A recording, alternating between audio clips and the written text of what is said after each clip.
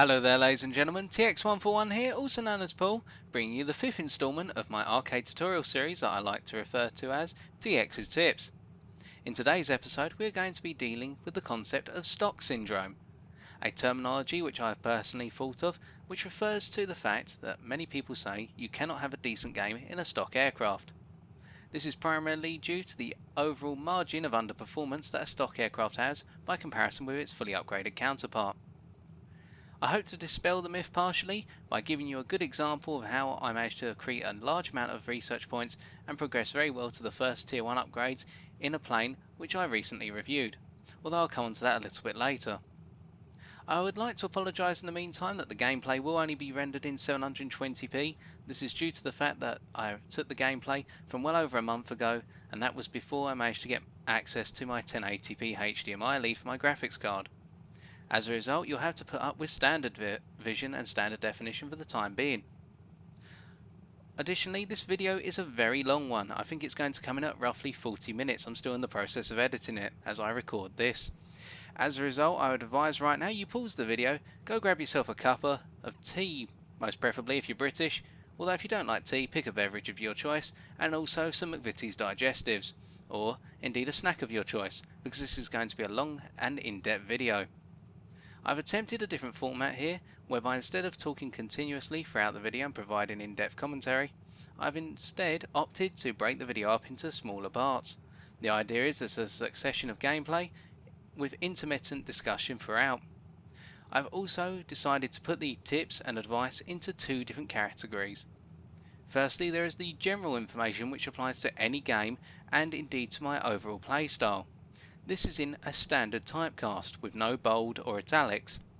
Meanwhile, information pertaining to the gameplay in particular and the choices I made, or the choices that were running through my head at the time, will be in italics, in order to emphasise the fact that this was specific to the game that I'm going to demonstrate. Anyway, enough chit chat, let's get down to business. The gameplay you are about to observe is one taken from roughly a month ago in my entirely stock Ki-61 Hei Hien. I am flying out on the ground strike map Crater, a map which provides a decent amount of both breadth and depth for flying stock aircraft. The strategies I employ here are applicable to all ground strike maps and can be extended into airfield domination games, although there will be a greater emphasis on boom and zoom playstyle in said matches. Prior to clicking to battle for the first time with your new plane, I would advise following the 3 steps I am about to outline, as these will help you prepare yourself for what is to come. Step 1. Test Flight. Before even considering taking your brand new fighter into an arcade battle, I would highly recommend that you get to grips with how the plane performs ab initio. The best way to do this is to take the plane into a test flight and practice your standard range of maneuvers at different altitudes. Reason being, you can get a good idea of whether the plane is a turn or energy fighter, and of which maneuvers will cause you to sacrifice the most energy in the midst of a dogfight. In the case of the Ki-61 Hei Hien, I found that the plane handles well with speed and can interchange between the turn and energy fighter roles. Additionally, I quickly learnt that vertical maneuvers such as loops and Immelmans cause the plane to lose the most energy, with the plane being rather nose heavy. Moreover, a test flight will allow you to get to grips with your armament. If you know where your armament is located and where the most potent components are, you can already start planning out how you are going to go on the offensive. Referring to our example, the Ki-61 Hei Hien has two 20mm cannons and two 12.7mm machine guns. The crucial component, the cannons, is located in the wings, meaning that I am going to have to hit my opponents at my set gun convergence for maximum effectiveness. Step 2. Mindset. Having undergone your test flight, you are probably now itching to get into a game. Of course, games in stock aircraft are no different from those in fully upgraded aircraft. You are just going to have to be a little bit more patient and expect to have to work harder to earn those long-for research points. I personally establish a different mindset for games in stock aircraft. I envision one aircraft destroyed as worth 2 in a fully upgraded plane. Additionally, do not be afraid to accept assists, as these all help to contribute to your research efforts. If anything, treat these games as a major learning experience for both tactics with your chosen plane and in general. Step 3. Setup. Whilst default ammunition is a pain, you can set up the rest of your aircraft to give you the best possible chances of achieving a worthwhile game in your plane. I am mainly referring to your gun convergence here. I would normally recommend a gun convergence of 500 meters for planes whose armament is concentrated in the nose, such as a Yak 3, and a gun convergence of 300 meters for planes whose armament is located in the wings, for example a Spitfire F Mark 9. In the case of nose-mounted armament, gun convergence is arbitrary and not too important, hence my standard 500 meter setting. Meanwhile, for armament in the wings, I set mine to 300 meters because I aim to get close to my foes and catch them in exposed positions. Exposed positions are referring to things such as mid-turn or mid-stall, allowing me to make the most of my weaponry. Additionally, opening fire beyond this distance causes a large amount of spread in your burst mass, and this can be useful when tackling larger foes such as heavy bombers, as depicted in my Tempest Mark V review. In the case of this gameplay coming up, we have a plane whose main armament is located in the wings, and so I will be using the 300 meter gun convergence setting. You may now ask, why the 30-minute fuel load? By having 30 minutes of fuel, I guarantee that I can continue to fly through the full game session if I do not experience a fuel leak. Moreover, if I experience said leakage, I have a larger fuel load to hopefully keep me flying and, if necessary, allow me to make it back to base, as depicted in my Yak 3P review. Okay, so we're all set to go. Let us get down to business and, as always, have fun.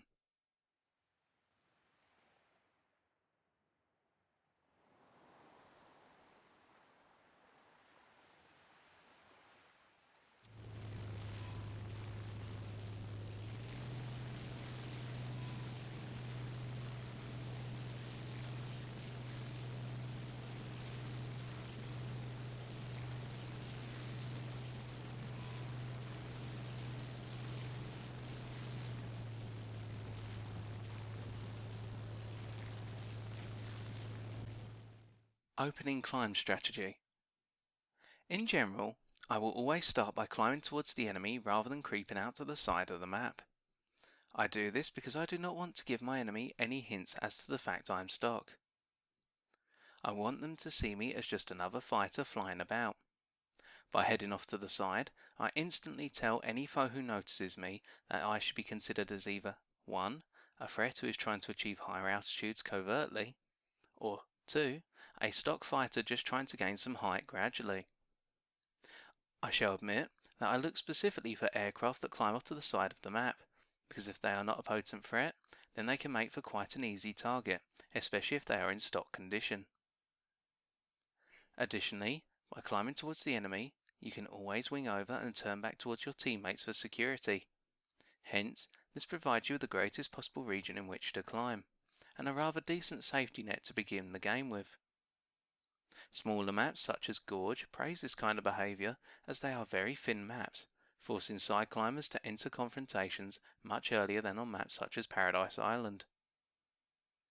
The reason for my early Immelmann is that the Ki-61 Hei suffers from very poor energy retention in the vertical by comparison with other aircraft in stock condition. Ergo, I am playing safe to counter this, although I would not normally reverse my direction this early.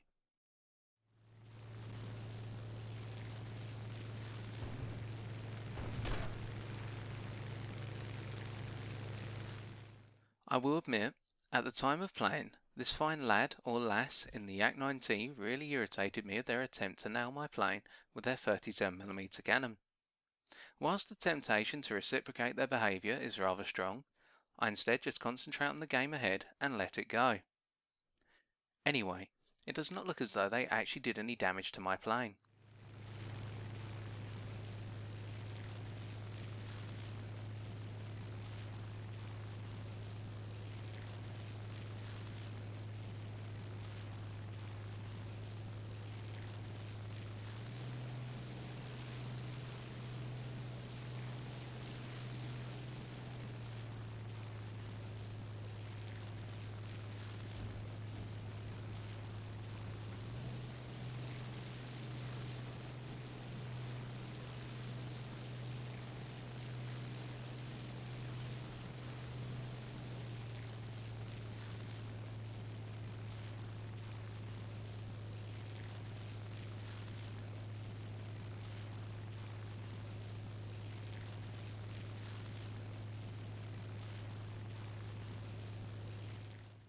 Having just reached 3,100 meters altitude, the skies are looking in our favor.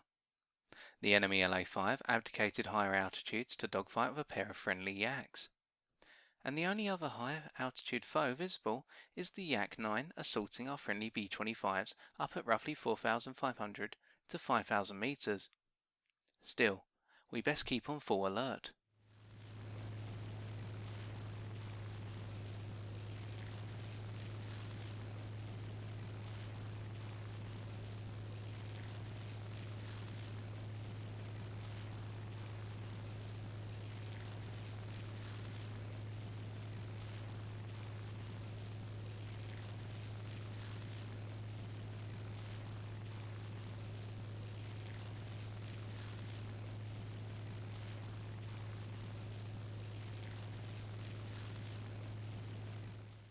This friendly B-25 is diving towards the enemy ships, or the enemy airfield.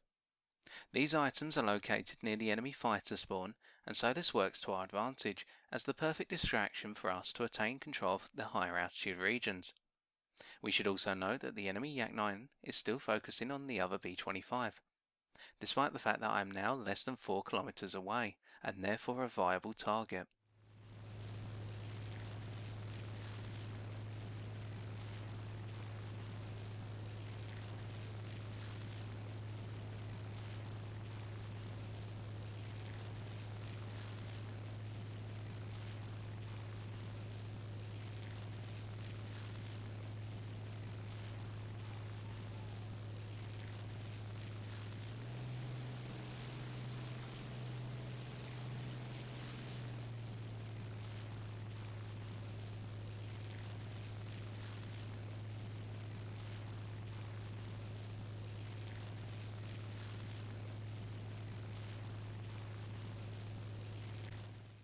We are now at 3,500 meters and approaching enemy territory.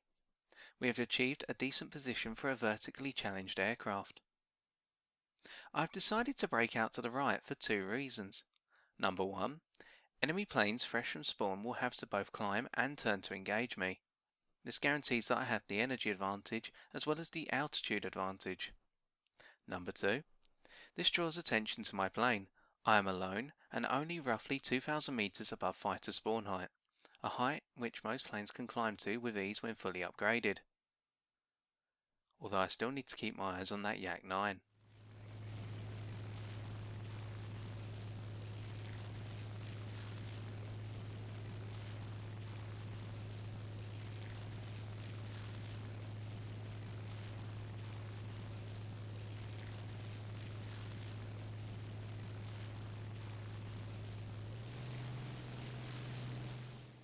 We now have a manageable situation on our hands. Both a P-38G and a Dornier 217 appear to be climbing up to engage me.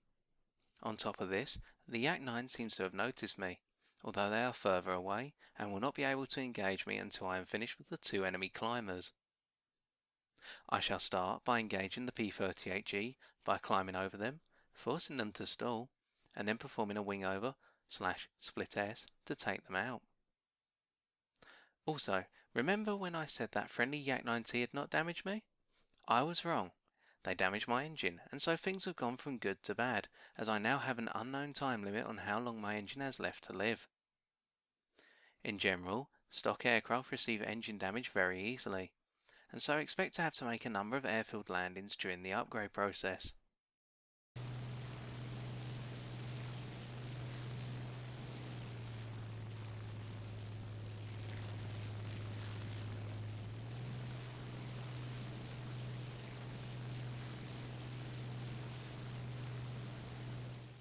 It would appear that we have timed this perfectly. The P-38G is on the verge of stalling, the Dornier 217 has given up the chase, and the Yak-9 is still roughly 2 kilometers away. It's time to go to work.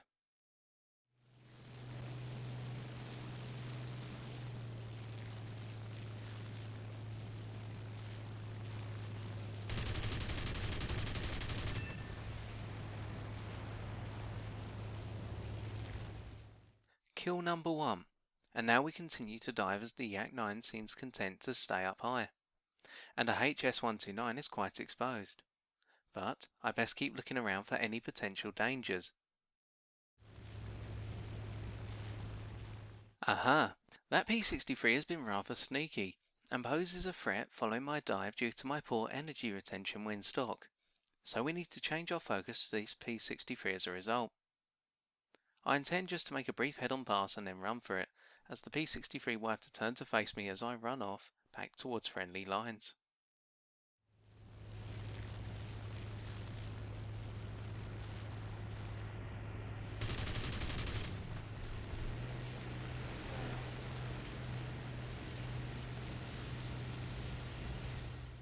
Bye bye, P-63. Hold on, is that HS-129B coming after me?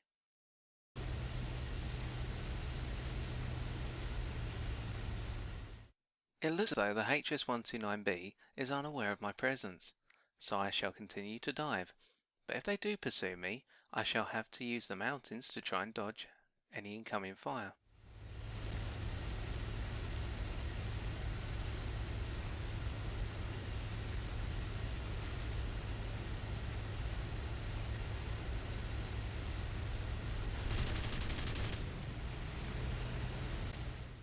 A quick pass on another P-63 and a quick check behind to indicate that I have managed to escape the situation safely.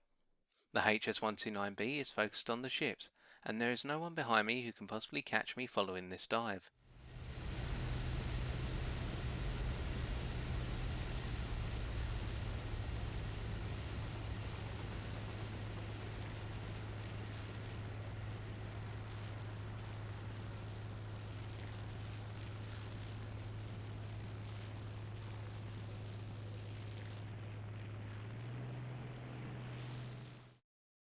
Having turned around, I now have two viable targets presented to me, the HS-129 and the P-63.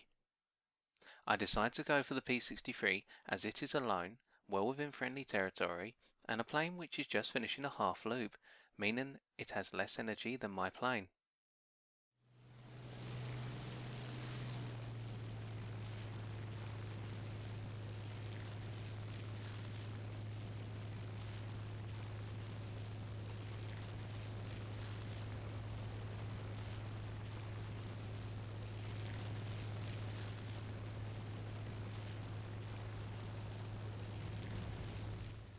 Damn, a friendly Yak-9T has just achieved a critical hit on our target.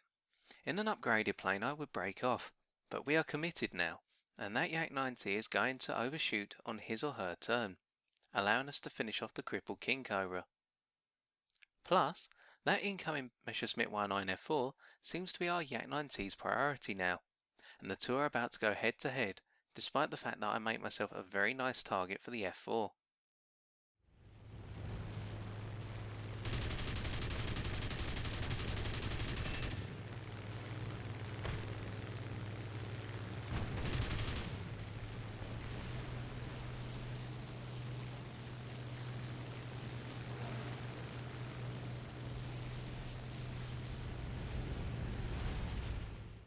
Two kills in the bag, and a rather lucky escape.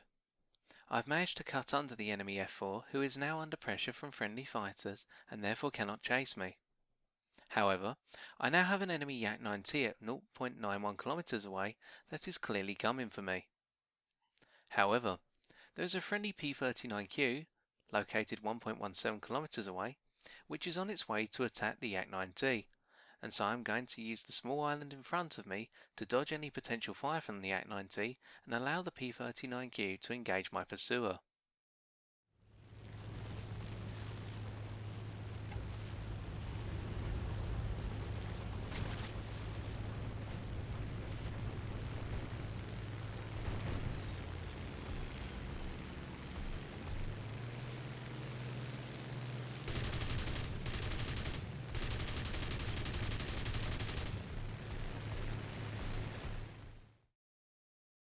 Having achieved a hit on the Yak-9T, I am in no position to give chase. I have very little energy, 18 cannon rounds left, and a half-dead engine. Therefore I decide to try and catch this P-63 mid-pass, and then head home to the airfield. Note here how my overall lack of energy actually keeps me safe from the P-63's 270-degree turn.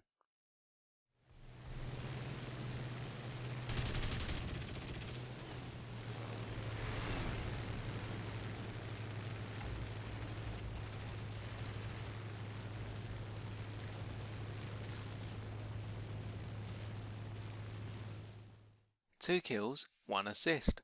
Things are going well, and that P-63 is in no position to harass us with 3 or more friendly fighters on their tail.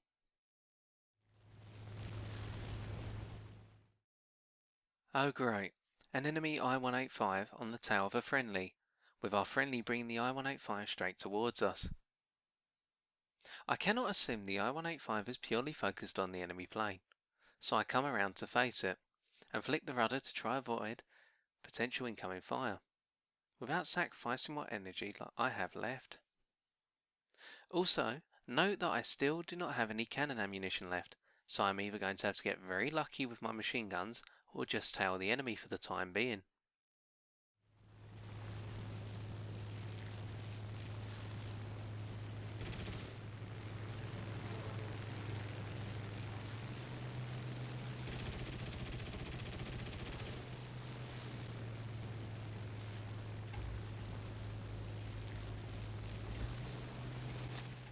What a position to be in!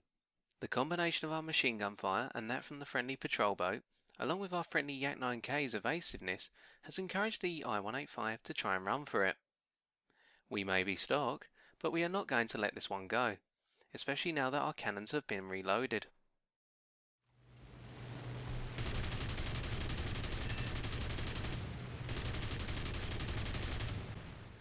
Three kills, one assist. This is no time to celebrate, however, as we still have an unidentified enemy plane right above us on the radar. Instead, it is time to stay low and incredibly slow in order to remain safe.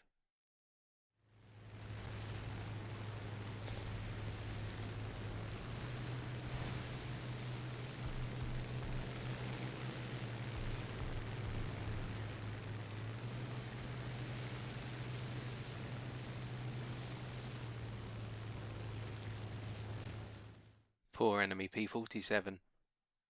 Time to head back home whilst we have the chance, remembering to always check our 6 where appropriate.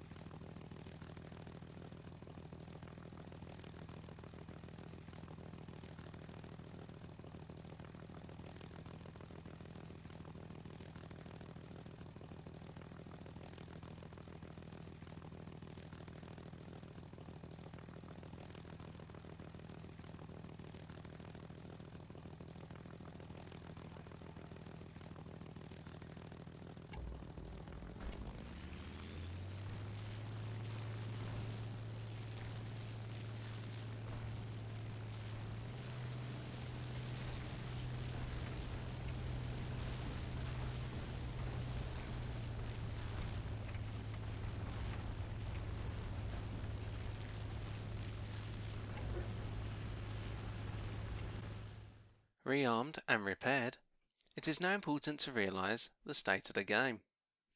Both teams have very few ground units left, and so climbing to higher altitudes, i.e. 2000 meters or more, will take too long.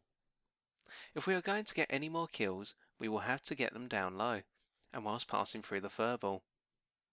In essence, we have to play incognito and pick our targets wisely, much like at the start with our P-38G kill.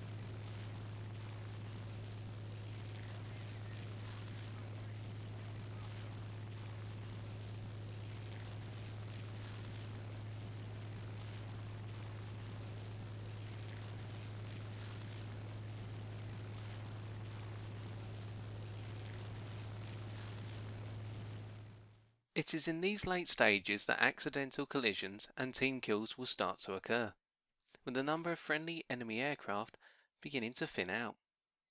We've detected a P-39Q on the verge of stalling and being harassed by a less manoeuvrable friendly, the PBJ. Therefore we have a moment of opportunity. Let us not waste it.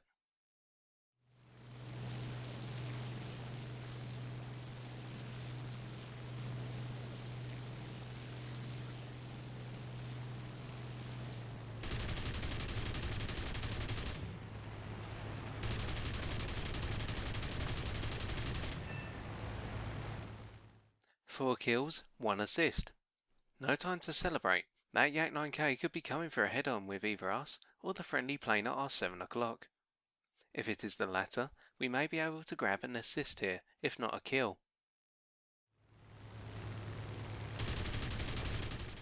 Great, a furball.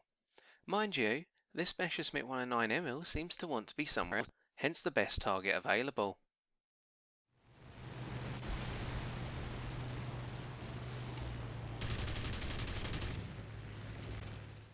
Another hit, more RP, and another dash to safety. The furball seems to be reaching critical capacity, and will soon thin out quite nicely for us to hopefully pass through once again.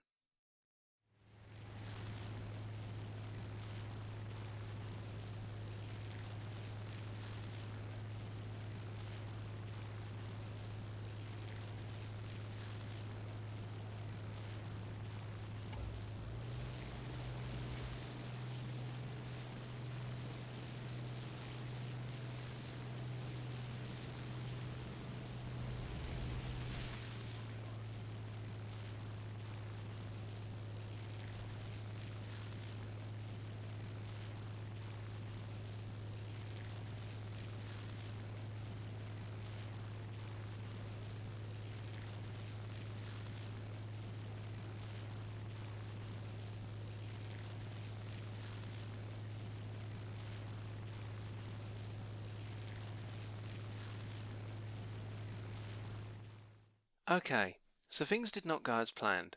The furball was rapidly eradicated by our friendly fighters, with all targets of opportunity also being eliminated. We have a couple of enemy fighters up higher, and so we will just need to hang around on the fringes and wait for any opportunities. This is where a good sense of awareness will come into play, as while that Yak 9 seems to be a potential target,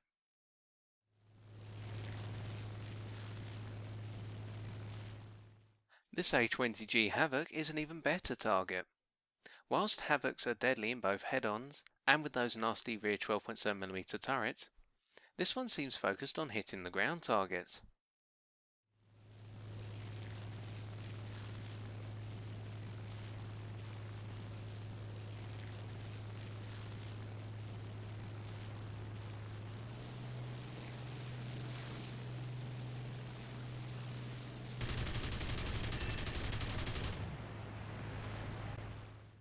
An ace, plus 1 assist. We caught the Havoc in a clean beam shot, and made sure our 20mm rounds made it onto the Havoc's cockpit to secure us what could have been a difficult kill. Time to head back over to the front line and try to create another similar opportunity. For those wondering why I did not reload following this kill, I felt that the roughly 30-second reload on my 20mm cannons would be too long by comparison with the time it would take me to reach the front line. Plus, 46 cannon rounds is enough to guarantee an assist, especially in combination with 499 machine gun rounds and some accurate shooting.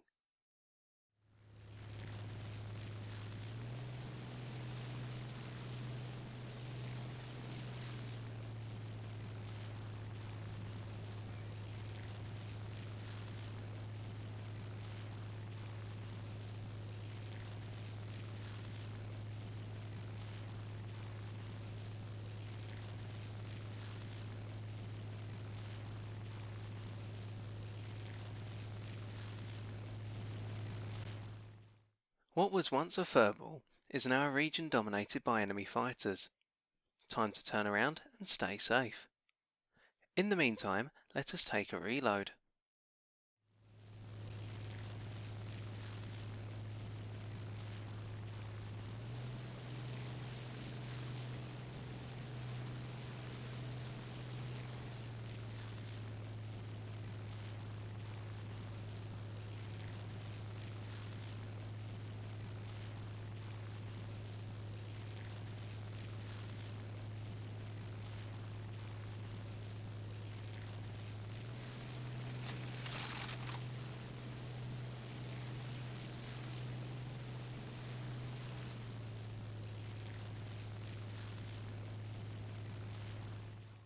This B-25 is a threat to our team's chances of winning the game. As a result, I decide to give pursuit and try to dissuade the B-25 from continuing on its chosen path. If I cannot get the kill, hopefully my teammates will finish it off and provide me with an assist.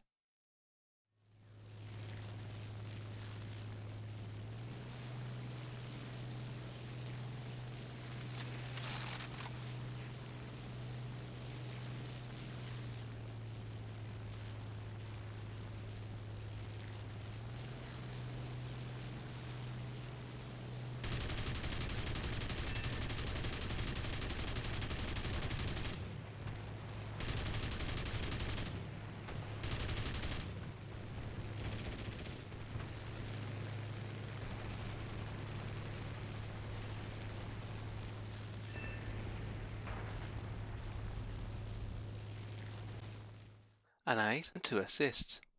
We almost had the B-25, but we did our job nonetheless. Now to turn our attention to any incoming enemy fighters or bombers.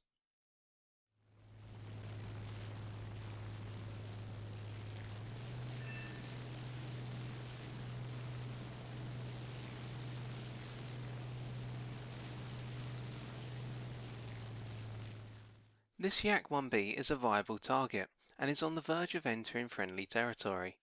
Let us try to force a confrontation.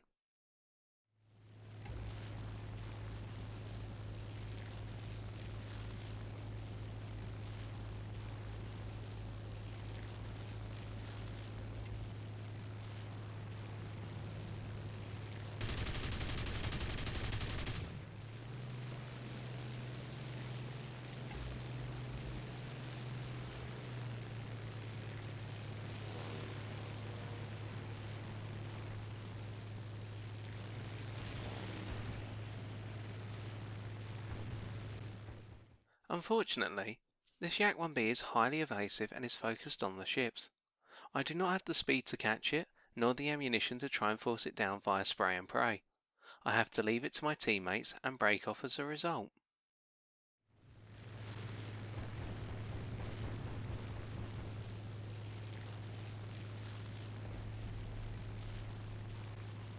Oh well, that concludes the game.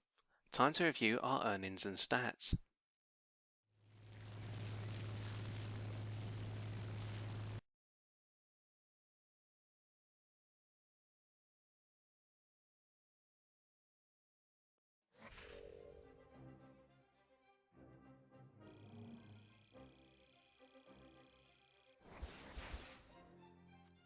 So, in reflection we can see that our 5 kills and 2 assists netted us 11,238 silver lines. But more importantly, it also netted us 1,198 research points, which goes a long way to unlocking our offensive 12mm belt and demonstrates that you can have a good game in a stock aircraft and really make a leap when trying to get those early upgrades. The success demonstrated here I feel comes down to 4 factors which I'm going to outline now. Number 1. Patience. Throughout this game I avoided making any rash decisions where appropriate. The fact that I inherited an altitude of 3,500 meters was not because I fought for that, it was because I actually waited and gradually rose my altitude, with friendly and enemy planes knocking each other down to lower altitudes or being distracted by appropriate targets. Indeed, my first kill was all because I waited and waited and waited, whereas other planes, such as the enemy Yak 9 and indeed the enemy LA-5, were distracted by other targets of opportunity. Number 2. Avoiding attention. Throughout this game, as highlighted in a number of my little commentaries, I tried to avoid appearing as a viable target. I made some mistakes which we'll come on to shortly. However, good examples would include the first kill on the P-38G. I gradually made my way over to the enemy spawn point, and then I broke out to the side and put myself in a very vulnerable position, or a position which the enemy team would interpret as being vulnerable. Moreover, I avoided the attention of enemy fighters when passing through the furball by always picking the paths which led out of the furball and back towards friendly territory or towards friendly fighters.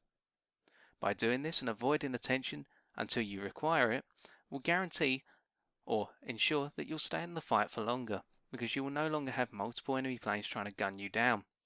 And additionally, that is why I turned away at the last possible moment at the end with that enemy furball approaching, simply because I did not want to have to go into a 4-on-1 situation with the full attention of all enemy fighters. Number 3. Opportunities. Throughout this game, a lot of my moments were unplanned and therefore I had to seize the opportunities created for me. This is very true with that King Cobra kill, which was essentially a finished off kill from a friendly Yak 9T.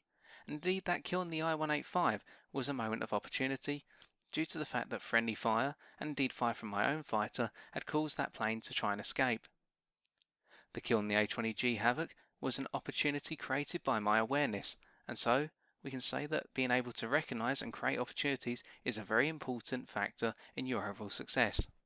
And finally, factor 4. Luck. In any game you play, you will always have an element of luck.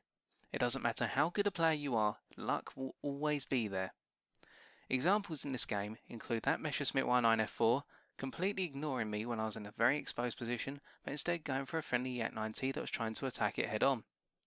Additionally, the fact that a friendly P-39Q Aerocobra was able to chase down that enemy Yak 9T that tried to chase me about halfway through the game. It is moments such as those where Lady Luck is on your side and therefore allows you to stay in the fight a little bit longer. And of course the final instance of luck would be the fact that that friendly Yak 9T, who decided to fire a couple of shots at me, did not take my plane out at the start. Still, I am now going to put in a very quick disclaimer piece of footage showing that my Ki-61 is completely stock and therefore making it so it's indisputable at the fact that I performed this gameplay without any upgrades on the plane.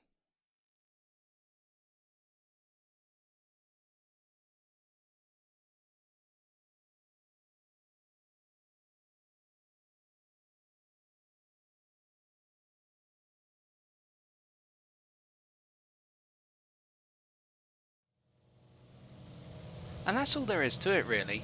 Whilst flying a stock aircraft may seem daunting at first, after a while you get to grips with the fact that rather than flying and making individual manoeuvres, you have to think at least 3 or 4 manoeuvres in advance, much like a game of chess, whereby the initial move is not as important as the final set of moves which may lead to your desired result and hopefully a nice haul of research points. I must admit now that I used a plane of a moderate battle rating for this gameplay, i.e. a battle rating of 4.3. Of course, to reflect there are much higher battle ratings for prop-based fighters, I will be providing a supplementary video involving a battle rating 6.3 plane, once again depicting and discussing my tricks and techniques for a stock aircraft. I will not point out which plane it is, you're going to have to guess for now. Still, please always remember that what works for me may not work for you, and so you need to take this video with a pinch of salt. Ergo, I've been TX141, and if you've enjoyed this rather long video, why not leave a like, comment or subscribe for future tips and tricks videos on my channel. Until next time, ladies and gentlemen, take care and good luck in the skies!